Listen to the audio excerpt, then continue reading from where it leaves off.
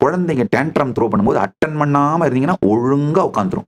இந்த ஜென்டில் பேரண்டிங்ன்ற ஒரு பெரிய தொட்டப்பகட்டையை எடுத்துட்டு வந்து அடுத்த தலைமுறையே நாசமாக்குனீங்க.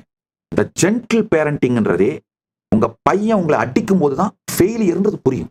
ஜென்டில் பேரண்டிங்ன்றதே உங்கள் குழந்தைக்கு நீங்கள் இழைக்கும் மிகப்பெரிய கொடுமை. சத்தியத்தை சத்தியமா டீல் பண்ண ஆரம்பிங்க.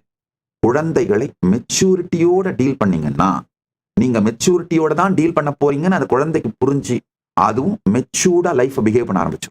உங்களால மெச்சூர்டா பிஹேவ் பண்றதுக்கும் எக்ஸ்பிளைன் பண்றதுக்கும் டைம் இல்லைங்கிறதுனால குழந்தைங்களோட டேண்ட்ரம்ஸ்க்கு பெண்ட் பண்றீங்கன்னா குழந்தைங்களை நாசமாக்கிடுவீங்க.